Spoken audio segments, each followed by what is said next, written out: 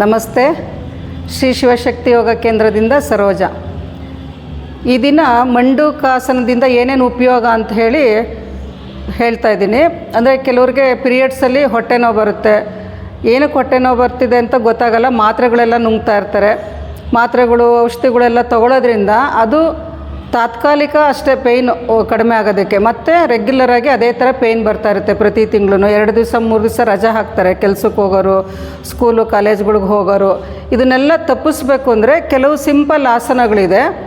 ಅದನ್ನು ಹೇಗೆ ಮಾಡೋದು ಅಂತ ಇವಾಗ ನೋಡೋಣ. ಮಂಡೂಕಾಸನ, ಉಪವಿಷ್ಟ ಕೋನಾಸನ ಅದೆಲ್ಲ ಇದೆ, ಬದ್ಧ ಕೋನಾಸನ ಎಲ್ಲ. ಇವತ್ತು ಜಾಸ್ತಿ ಹೊತ್ತು ಕೊಡೋದು ಅಂತಂದರೆ ಮಂಡೂಕಾಸನದಲ್ಲಿ ಅದನ್ನು ಹೇಗೆ ಆ ಪರಿಹಾರ ಕಂಡ್ಕೋಬೋದು ಹೊಟ್ಟೆ ನೋವಿಗೆ ಅಂತ ಹೇಳ್ಬಿಟ್ಟು ಹೀಗೆ ನೋಡೋಣ. ಮಂಡೂಕಾಸನ ಮಾಡಿ. ವೀರಾಸನದಲ್ಲಿ ಕೂತ್ಕೊಳ್ಳಿ. ಕಾಫ್ ಮಸಲ್ಸ್ ಎಲ್ಲ ಹೊರಕ್ಕೆ ರೋಲ್ ಮಾಡಿ.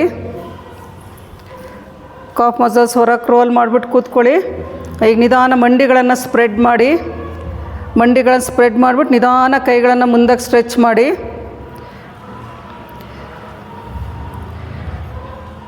ಇಲ್ಲಿ ಹಣೆ ಇಡಬೇಕು ಅಂತೇಳಿ ಹಿಪ್ಸ್ ಭಾಗ ಲಿಫ್ಟ್ ಮಾಡಬಾರ್ದು. ಬಟಕ್ಸ್ ಡ್ರಾಪ್ ಮಾಡ್ತಾ ಇರಬೇಕು. ನಿಮ್ಗೆ ಎಷ್ಟು ಸಾಧ್ಯ ಅಷ್ಟು ಮಂಡಿಗಳನ್ನು ಸ್ಪ್ರೆಡ್ ಮಾಡ್ತಾ ಹೋಗಿ. ಈಗ ಹೊಟ್ಟೆ ನೋವು ಬರ್ತಾ ಇರುತ್ತೆ.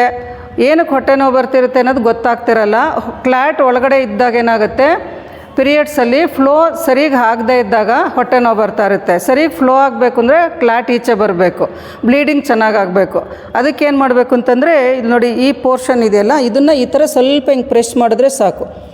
ಈ ಥರ ಮಲಕ್ಕೊಂಡ್ರೂ ತಲೆ ಎತ್ತಿ ಸ್ವಲ್ಪ ಹಣೆ ಇಡಕ್ಕೆ ಟ್ರೈ ಮಾಡಿ, ಗಲ್ಲ ಇಡಕ್ಕೆ ಟ್ರೈ ಮಾಡಿ. ಹಾಗೆ ಇದು ನೋಡಿ, ಇದನ್ನು ಡ್ರಾಪ್ ಮಾಡ್ತಾ ಇರಬೇಕು. ಈ ಭಾಗ ಏನಿದೆ ಇದನ್ನು ಡ್ರಾಪ್ ಮಾಡ್ತಾ ಮಂಡಿಗಳನ್ನು ಸ್ಪ್ರೆಡ್ ಮಾಡಿ ಈ ಥರ ಸ್ವಲ್ಪ ಹೊತ್ತು ಮಲಕ್ಕೊಂಡ್ರೆ ನಿಮಗೆ ಈಸಿಯಾಗಿ ಬ್ಲಡ್ ಫ್ಲೋ ಆಗುತ್ತೆ. ಆವಾಗ ಹೊಟ್ಟೆ ನೋವು ಕಡಿಮೆ ಆಗುತ್ತೆ. ನೋಡಿ, ಈ ಪೋರ್ಷನ್ನು ಇದನ್ನು ಈ ಥರ ಹಿಂಗೆ ಡ್ರಾಪ್ ಮಾಡ್ತಾ ಇರಬೇಕು. ಹೀಗೆ ಮಂಡಿಗಳು ದೂರ ಆಗ್ತಾ ಇರುತ್ತೆ. ಇದು ಮಾಡೋದ್ರಿಂದ ನಿಮಗೆ ಪೀರಿಯಡ್ಸ್ದೇನೇ ಸಮಸ್ಯೆಗಳಿದ್ರೂ ಕಡಿಮೆ ಆಗುತ್ತೆ. ಅಂದರೆ ರೆಗ್ಯುಲರಾಗಿ ಯೋಗಾಸನ ಮಾಡುವಾಗ ಈ ಥರ ಯಾರ್ಯಾರಿಗೆ ಸಮಸ್ಯೆ ಇದೆ ಅವರು ಈ ಥರ ಮಲಕ್ಕೊಂಡು ಸ್ವಲ್ಪ ಅಭ್ಯಾಸನ ಮಾಡ್ತಾಯಿದ್ರೆ ನಿಮಗೆ ಪೀರಿಯಡ್ಸ್ ಟೈಮಲ್ಲಿ ಬರೋ ನೋವು ಕಡಿಮೆ ಆಗುತ್ತೆ. ಈಗ ಬೆನ್ನೋವು ಇರುತ್ತೆ ಆ ಟೈಮಲ್ಲಿ, ಪೀರಿಯಡ್ಸ್ ಟೈಮಲ್ಲಿ ಈ ಥರ ಬೆನ್ನೋವು, ಹೊಟ್ಟೆ ನೋವೆಲ್ಲ ಇರುತ್ತೆ. ಏನು ಮಾಡಬೇಕು ಅಂದ್ರೆ ಅವಾಗ ನೋಡಿ, ಈ ಥರ ಇದನ್ನು ಸ್ವಲ್ಪ ಹಿಂಗೆ ಪ್ರೆಸ್ ಮಾಡ್ಕೊಳ್ಳಿ. ಇಲ್ಲಿ ಮಂಡಿನ ಸ್ವಲ್ಪ ಹಿಂಗೆ ಇದು ಮಾಡಿದ್ರೆ ಆಯಿತು. ಅಂದರೆ ನನಗೆ ಗೊತ್ತಿದೆ ಎಷ್ಟು ಪ್ರೆಷರ್ ಕೊಡಬೇಕು ಏನು ಅಂತೇಳಿ, ಅದರಿಂದ ಈ ಥರ ಮಾಡ್ತಾಯಿದ್ದೀನಿ. ನೀವು ಗೊತ್ತಿಲ್ಲದಿರೋರ ಹತ್ರ ಈ ಥರ ಪ್ರೆಸ್ ಮಾಡಿಸ್ಕೊಳಕ್ಕೆ ಹೋಗಬೇಡಿ. ಇದು ನೋಡಿ, ಈ ಭಾಗ ಹಿಂಗೆ ಡ್ರಾಪ್ ಮಾಡಬೇಕು. ಈ ಮಂಡಿ ಸ್ವಲ್ಪ ನೋಡಿ ಈ ಥರ ಇಲ್ಲಿ ಪ್ರೆಸ್ ಮಾಡಿದ್ರೆ ಇಲ್ಲಿ ಈ ಭಾಗದಲ್ಲಿ ಏನಿದೆ ನೋವು ಅದೆಲ್ಲ ಕಡಿಮೆ ಆಗುತ್ತೆ. ಚೆನ್ನಾಗಿ ಸ್ಟ್ರೆಚ್ ಆಗುತ್ತೆ ಲಂಬರ್ ಭಾಗ. ಇಲ್ಲಿ ಪ್ರೆಸ್ ಮಾಡ್ಕೋಬೇಕು. ಈಗ ನಿಮಗೆ ಈ ಥರ ಮನೆಯಲ್ಲಿ ಏನೂ ಸಪೋರ್ಟ್ ಇಲ್ಲ, ಯಾರೂ ಮಾಡೋರಿಲ್ಲ, ಏನು ಮಾಡಬೇಕು ಅಂದರೆ ಈ ಥರ ದಿಂಬುಗಳಿರುತ್ತೆ ನೋಡಿ, ಅಂದರೆ ಕಾಟನ್ ದಿಂಬುಗಳಾಗಬೇಕು. ಕಾಟನ್ ದಿಂಬುಗಳನ್ನ ಈ ಥರ ಇಲ್ಲಿ ಇಟ್ಕೋಬೇಕು. ಇದು ಸ್ವಲ್ಪ ವೆಯ್ಟ್ ಕಡಿಮೆ ಇದೆ. ಇನ್ನೊಂದು ಸ್ವಲ್ಪ ಕಾಟನ್ದಂದರೆ ಒಂದು ಸ್ವಲ್ಪ ಅಗಲವಾಗಿರೋದು, ಮನೇಲಿ ಯೂಸ್ ಮಾಡ್ತಿರಲ್ಲ ಮಲಕ್ಕೊಳ್ಳೋಕ್ಕೆ, ಆ ಥರದ್ದು ಬೇಕಾದ್ರೆ ಇದನ್ನ ಇಟ್ಕೊಂಡು ಈ ಥರ ಮಲಕ್ಕೋಬೋದು. ಹೀಗೆ ಇದು ವೆಯ್ಟ್ ಇಲ್ಲಿ ಬಂದಾಗ ನಿಮಗೆ ಬ್ಯಾಕ್ ಪೇಯ್ನ್ ಕಡಿಮೆ ಆಗುತ್ತೆ. ಅಂದರೆ ಗೊತ್ತಿರೋರ ಕಡೆಯಿಂದನೇ ಈ ಥರ ಹಿಂಗೆ ಪ್ರೆಸ್ ಮಾಡಿಸ್ಕೊಳ್ಳಿ. ಹೀಗೆ ಗೊತ್ತಿಲ್ಲದಿರೋರ ಕಡೆಯಿಂದ ಸ್ವಲ್ಪ ಪ್ರೆಷರ್ ಕೊಡಿ ಅಂತ ಹೇಳಿದ್ರೆ ಸಾಕು.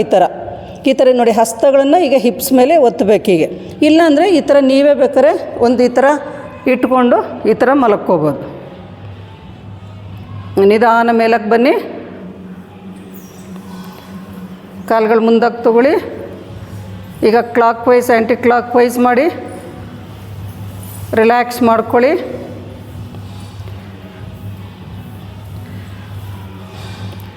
ಈಗ ಮಂಡೂಕಾಸನ ಮಾಡಿದ್ದೀರಾ, ಇದರಲ್ಲೂ ಒಂದು ನಿಮಗೆ ಈಸಿಯಾಗಿ ಬರುತ್ತೆ. ಕೆಲವ್ರಿಗೆ ಏನಾದ್ರು ಕಾಲಿಂದ ಏನಾದ್ರು ಸಮಸ್ಯೆ ಆಗಿರುತ್ತೆ, ಮಂಡೂಕಾಸನದಲ್ಲಿ ಕೂತ್ಕೊಳ್ಳೋಕ್ಕಾಗಲ್ಲ. ಅವಾಗೇನು ಮಾಡಬೇಕು ಅಂದರೆ ಉಪವಿಷ್ಟ ಕೋನಾಸನದಲ್ಲಿ ಕೂತ್ಕೊಳ್ಳಿ.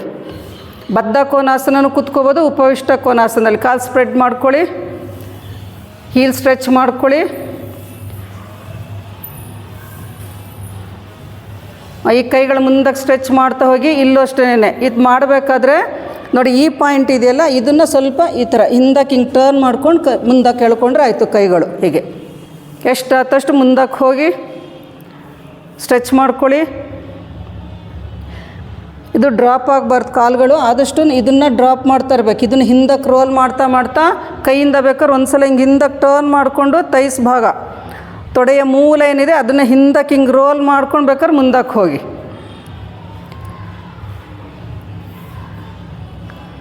ನಿಧಾನ ಮೇಲಕ್ಕೆ ಬನ್ನಿ.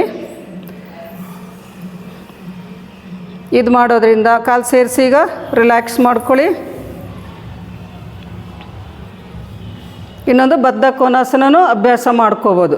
ಈಗ ಇದು 2 ಆಸನಗಳು ತೋರಿಸಿದೆ. ಇದನ್ನು ಉಪಯೋಗ ಮಾಡ್ಕೊಳ್ಳಿ. ಮನೇಲಿ ಮಾಡ್ತಿರೋರು ಬೇರೆಯವ್ರಿಗೂ ಹೇಳಿ. ಮನೆಯಲ್ಲಿ ಹೆಣ್ಮಕ್ಳುಗಳೆಲ್ಲ ತೊಂದರೆ ಪಡ್ತಾ ಇರ್ತಾರೆ, ಎಷ್ಟೊಂದು ಜನಕ್ಕೆ ಕಷ್ಟ ಆಗ್ತಿರುತ್ತೆ. ಮಾತ್ರೆ ನುಂಗೋ ಬದಲು, ಮಾತ್ರೆ ನುಂಗಿ ಸೈಡ್ ಎಫೆಕ್ಟ್ ಮಾಡ್ಕೊಳ್ಳೋ ಬದಲು ಈ ಥರ ಆಸನಗಳು ಮಾಡಿ, ಮತ್ತು ಪ್ರಾಣಾಯಾಮ, ಶೀತಲಿ ಇದೆಲ್ಲ ಮಾಡಿಕೊಂಡ್ರೆ ನಿಮಗೆ ಪೀರಿಯಡ್ಸ್ ಟೈಮಲ್ಲಿ ಬರೋ ಸಮಸ್ಯೆಗಳನ್ನೆಲ್ಲ ನಿವಾರಣೆ ಮಾಡ್ಕೋಬೋದು. ಎಲ್ಲರೂ ಇದು ಮಾಡ್ಕೊಳ್ಳಿ ಮತ್ತು ಉಪಯೋಗ ಪಡ್ಕೊಳ್ಳಿ. ಯೂಟ್ಯೂಬ್ ಚಾನಲ್ ನೋಡಿ ಸಬ್ಸ್ಕ್ರೈಬ್ ಮಾಡ್ಕೊಳ್ಳಿ ಮತ್ತು ಬೇರೆಯವ್ರಿಗೂ ಶೇರ್ ಮಾಡಿ, ಇದನ್ನು ಲೈಕ್ ಮಾಡಿ. ಏನಾದರೂ ನಿಮಗೆ ಡೌಟ್ಸ್ ಇತ್ತು ಅಂದರೆ ಕಮೆಂಟ್ಸ್ ಹಾಕಿ. ಎಲ್ಲರೂ ಇದ್ರ ಉಪಯೋಗ ಪಡ್ಕೊಳ್ಳಿ. ನಮಸ್ತೆ.